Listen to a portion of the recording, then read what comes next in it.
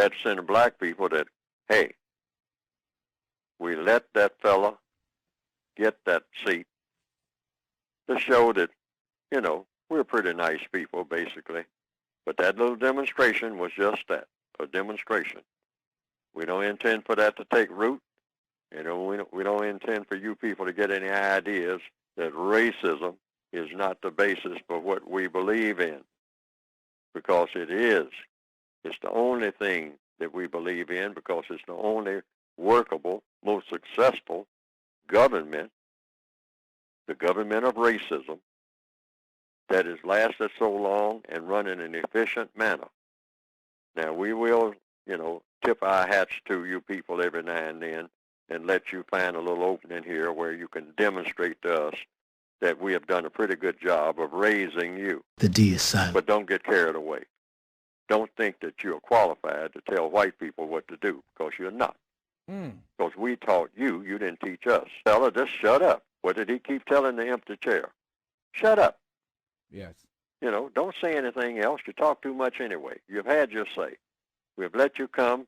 We've let you warm the seat.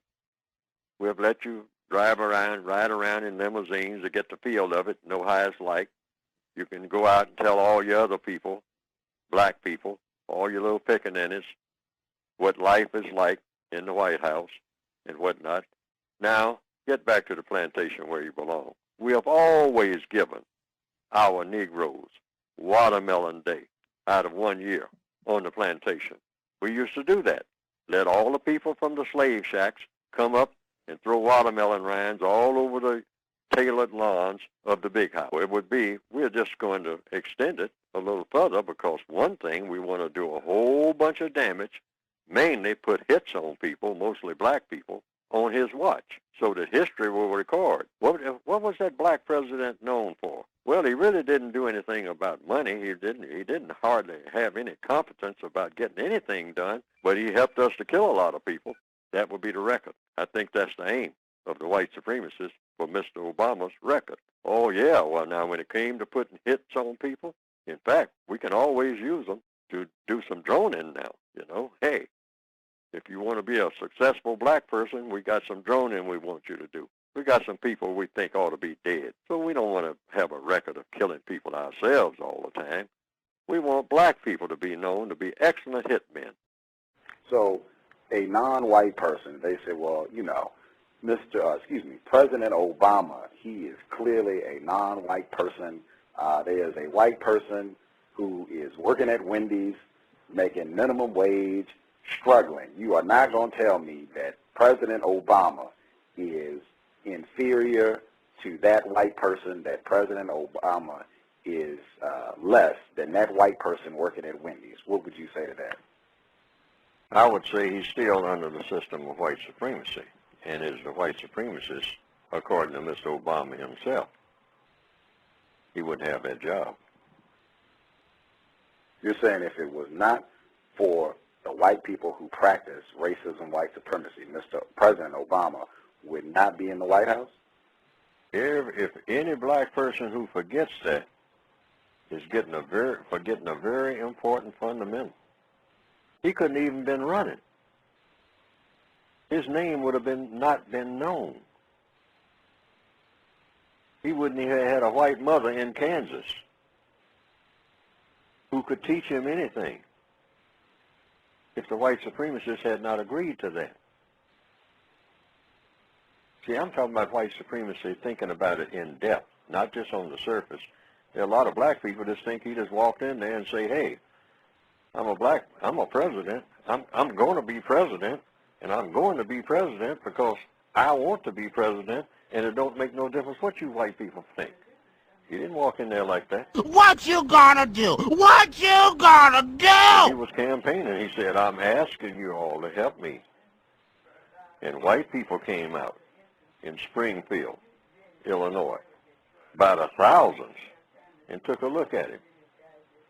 And said, you know what? I think I'll give this boy a chance, you know, to go through the training that we have given him, you know.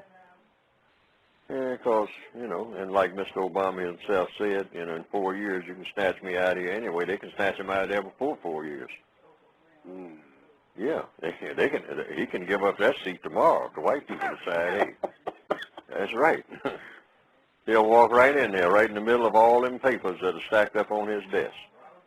And he's trying to solve problems and all like that. And they walk right in there and they tell him, hey, just like the mafioso, the organized crime, which is what white supremacy is.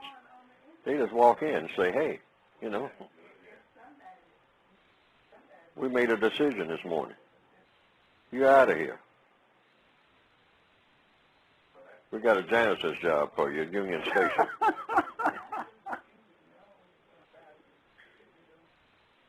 And that's where he will be. He came to work at 9, at 10, he's down there putting on his janitor's cap and drawing his equipment out of the storage room for buffing floors. First black president. Photograph of it. You know how Mr. Obama looks. Yes, sir. He can look the same way, smiling, behind a broom in Union Station in Springfield, Illinois, or whatever the train station is there. I say, how did you go from president to here? White people decided it.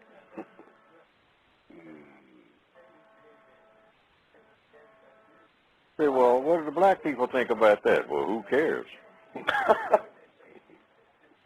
They better try to hold on to that janitor's job they got if they got one.